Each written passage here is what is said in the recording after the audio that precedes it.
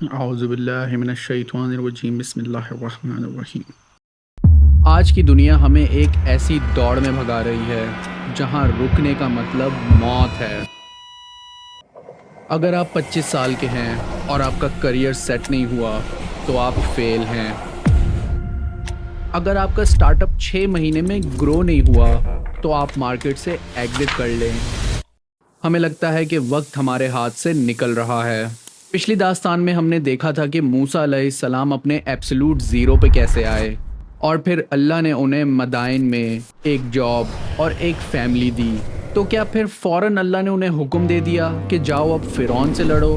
نہیں، اس سے پہلے شعیب علیہ السلام نے ان سے ایک کانٹریکٹ لیا کہ میں یہ ارادہ رکھتا ہوں، میرا خیال ہے کہ اپنی بیٹیوں میں سے ایک کو تمہارے نکاح میں دے دوں اے موسیٰ، علی ان تأجرنی 8 حجج، لیکن اس پر کہ تم 8 سال تک میرے ہاں اجرت پر کام کرو، اور اگر تم 10 سال کر دو تو یہ تمہاری طرف سے ہے، یہ گویا کہ تمہاری طرف سے 8 یا 10 سال تک پہلے میری بکریاں چراؤ۔ غور کیجئے، ایک شخص جو وقت کی سپر پاور کا ایک شہزادہ تھا، جس کے پاس ٹاپ ٹیئر ملٹری ٹریننگ تھی، وہ اب 10 سالوں تک صرف جانوروں کو پانی پلا رہا تھا۔ نہ کوئی ہیڈ لائنز، نہ کوئی سٹیٹس، صرف خاموشی۔ چلے پھر دیکھتے ہیں کہ خدا اپنے سب سے عظیم لیڈرز کو اس آف گریڈ سائلنس میں تیار کیسے کرتا ہے۔ دوستو، ان 10 سالوں نے موسیٰ علیہ السلام کی پیلس ایگو کو کمپلیٹلی ختم کر دیا تھا۔ انہوں نے صبر کو اپنی کرنسی بنا لیا تھا، اور آج کے دور میں ہمارے لیے میسج بالکل کلیئر ہے۔ اگر دنیا آپ کو سائیڈ لائن کر دے تو مایوس مت ہوں، اللہ آپ کو ہائڈ کر رہا ہے تاکہ صحیح وقت پہ آپ کو لانچ کر سکے۔ آپ زیرو نہیں ہو رہے، آپ ریڈی ہو رہے ہیں۔ اور پھر آہستہ آہستہ یہ 10 سال کا وقت بھی گزر گیا، اور اب موسیٰ علیہ السلام اپنی فیملی کو لے کر مصر کی جانب واپس جا رہے تھے۔ سخت سردی کی رات تھی اور ان کا قافلہ راستہ بھٹک چکا تھا، بالکل آج کی طرح جب جیو پولیٹیکل ٹینشن اور اکنامیکل کریش کا ڈر آج کے انسان کو فریز کر دیتا ہے اور پھر اسے راستہ نظر نہیں آتا۔ لیکن اللہ کے اس نبی کو دور ایک پہاڑ پہ، جسے کوہ طور کے نام سے آج بھی جانا جاتا ہے، ایک آگ نظر آئی، اور ایک بھٹکے ہوئے انسان کے لیے سردی کی اس رات میں وہ آگ کوئی امید کی کرن سے کم نہ تھی۔ انہوں نے فوراً اپنی فیملی سے کہا کہ میں نے ایک آگ دیکھی ہے، تم لوگ یہاں ٹھہرو، شاید میں وہاں سے تمہارے لیے ہدایت لے آؤں۔ انہوں نے آگ دیکھی تو اپنے گھر والوں سے کہا کہ تم یہاں ٹھہرو، میں نے آگ دیکھی ہے، میں وہاں جاتا ہوں، شاید اس میں سے میں تمہارے پاس انگارہ لاؤں یا آگ کے مقام سے اپنا رستہ معلوم کر سکوں۔ اور یہاں پہ ایک بہت ہی گہرا سائیکولوجیکل لیسن ہے۔ موسیٰ علیہ السلام اندھیرے میں بیٹھ کر روئے نہیں، وہ ڈرے نہیں۔ انہوں نے فوراً اپنی فیملی کا کمفرٹ زون چھوڑا اور اس اندھیری رات میں خطرے کی طرف قدم بڑھائے۔ آج تو ہمیں ہر وقت نیوز ملتی ہے، لیکن موسیٰ علیہ السلام کو وہاں نور ملا۔ نیوز آپ کو پینک کرتی ہے اور نور آپ کو پرپس دیتا ہے۔ آپ بھی اپنے ڈر کا سامنا کریں۔ جس دن آپ بھی اپنے ڈر کا سامنا کریں گے، اس دن اللہ اس دنیا میں ہر آگ کو آپ کے لیے نور بنا دے گا۔ موسیٰ علیہ السلام جب اس آگ کے قریب پہنچے تو وہاں کوئی اور سوال نہیں بلکہ ایک پکار تھی۔ پھر جب وہ وہاں پہنچے تو آواز آئی کہ اے موسیٰ، میں تو تمہارا پروردگار ہوں۔ اب تصور کریں 10 سال کے بعد خالق کائنات اپنے اس فقیر سے ڈائریکٹ بات کر رہا ہے، اور یہ وہ مقام تھا جہاں وقت تھم گیا اور سب سے پہلا حکم ملا، اپنے جوتے اتار دو کیونکہ تم مقدس وادی طویٰ میں ہو۔ تو اپنے جوتے اتار دو، تم یہاں پاک میدان یعنی طویٰ میں ہو۔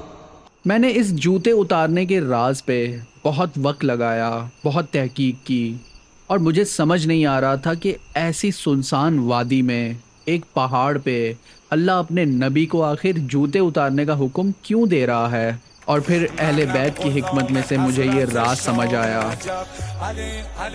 مولا علی علیہ السلام کے مطابق یہ جوتے صرف چمڑے کے نہ تھے، یہ جوتے اس شہزادے ہونے کی علامت تھے جو موسیٰ علیہ السلام کئی برس پہلے مصر میں ہی چھوڑ آئے تھے۔ دراصل اللہ کہہ رہا تھا کہ اے موسیٰ، اگر مجھ سے ملنا ہے تو اپنی پرانی آئیڈینٹی، اپنی ایگو اور اپنے خوف کے جوتے باہر چھوڑ کے آؤ۔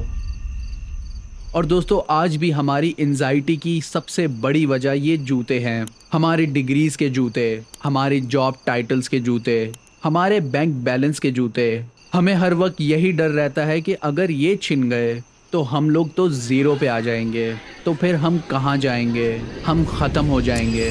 لیکن اللہ سبحانہ و تعالیٰ کو آپ سے یہ سب چیزیں نہیں، اس کو آپ سے وہ ننگے پاؤں والا یقین چاہیے جو دنیا کے کسی بھی نظام کو ٹھوکر مار سکے۔ اور پھر فائنلی ان کی آپس میں بات شروع ہوئی۔ وادی طویٰ میں اللہ سبحانہ و تعالیٰ نے اپنے نبی سے ایک سوال پوچھا، اور یہ بہت ہی عجیب سوال تھا کہ یہ تمہارے داہنے ہاتھ میں کیا ہے اے موسیٰ؟ آپ کو کیا لگتا ہے کہ اللہ کو نہیں پتا ہوگا کہ وہ کیا ہے؟ میرے خیال سے تو اللہ جانتا تھا کہ وہ کیا ہے، لیکن یہ سوال موسیٰ علیہ السلام کو ان کے اسباب کی حقیقت سمجھانے کے لیے تھا۔ موسیٰ علیہ السلام نے تو بہت ہی سادہ سا جواب دیا کہ اے اللہ، یہ تو میری لاٹھی ہے، اس سے میں اپنے جانوروں کو چراتا ہوں، ان کے لیے پتے جھاڑتا ہوں اور کبھی اس پہ سہارا لے لیتا ہوں۔ ایک پرانی لکڑی کا ٹکڑا، نہ کوئی سونا، نہ تلوار، نہ کوئی ٹیکنالوجی، بس ایک معمولی سی عام سی چیز۔ اور پھر اللہ نے دوبارہ فرمایا کہ اب اسے بھی پھینک دو۔ پہلے تو ایسا لگا کہ شاید یہ بھی جوتے اتارنے کی طرح کا ایک عمل ہے، لیکن پھر دیکھتے ہی دیکھتے وہ لکڑی کا ٹکڑا ایک اژدہا بن گیا۔ اور انسانی فطرت کے حساب سے موسیٰ علیہ السلام نے بھی وہی ریاکشن دیا جو آج آپ دیتے۔ وہ فوراً ڈر کے پیچھے بھاگے، تو فوراً اللہ نے فرمایا کہ ڈرو نہیں اور اسے پکڑ لو۔ تو خدا کا یہ حکم اترتے ہی انہوں نے کوئی دوسرا آپشن نہیں سوچا، انہوں نے فوراً اس اژدہا کو پکڑا، اور جیسے ہی موسیٰ علیہ السلام نے اپنے ڈر کو پکڑا، وہ واپس سے لاٹھی بن گئی۔ اور جب میں نے اس واقعے پہ تھوڑی سی تحقیق شروع کی تو اہل بیت میں امام جعفر صادق علیہ السلام، اس واقعے پہ ان کی ایک تفسیر میرے سامنے آئی۔ انہوں نے فرمایا کہ اس سے اللہ یہ دکھانا چاہتا تھا کہ جس چیز پر تم سہارا لیتے ہو، اگر میں چاہوں تو وہ تمہیں ڈس سکتی ہے، اور جس چیز سے بھی تمہیں ڈر لگتا ہے، اگر تم اسے میرا نام لے کے پکڑو تو وہ بھی تمہارا سہارا بن جائے گی۔ سبحان اللہ۔ اور آج کے دور میں ہم لوگ تو صرف رونا روتے ہیں، ہمارے پاس فنڈنگ نہیں، ہمارے پاس ریسورسز نہیں، ہمارے پاس پاور نہیں، اور اللہ آپ سے پوچھ رہا ہے کہ تمہارے ہاتھ میں کیا ہے؟ تو ذرا سوچئے، آپ کے ہاتھ میں کیا ہے؟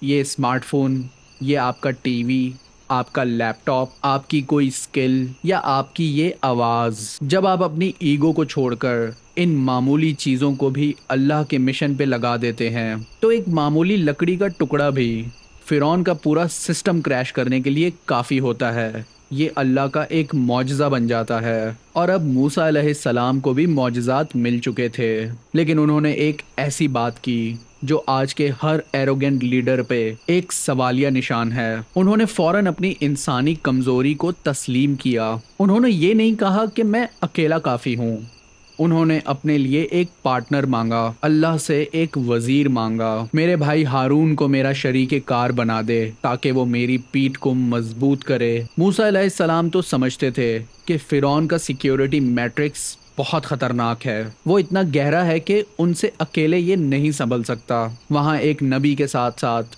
ایک سپیکر بھی ہونا چاہیے، ہارون علیہ السلام۔ اور یہ ان کی ایگو کا نہیں، ان کی اسٹریٹجی کا کمال تھا۔ آج کی دنیا تو ہمیں سگما میل اور لون ولف بنانے پہ لگی ہوئی ہے، ہر کوئی آپ کو یہی کہے گا کہ اکیلے لڑو، جس کا نتیجہ برن آؤٹ، ڈپریشن۔ مولا علی علیہ السلام نے تو 1400 سال پہلے ہی فرما دیا تھا کہ اکیلا انسان شیطان کے لیے آسان شکار ہوتا ہے، لیکن صرف دو مل کر پوری فوج بن جاتے ہیں۔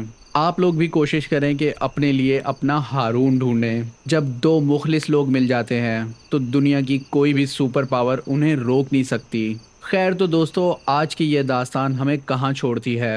موسیٰ علیہ السلام اب وہ پرنس نہیں تھے جو محل سے بھاگ گیا تھا، اور اب وہ فقیر بھی نہیں تھے جو درخت کے سائے تلے بیٹھا تھا، اب وہ اللہ کے سفیر بن چکے تھے۔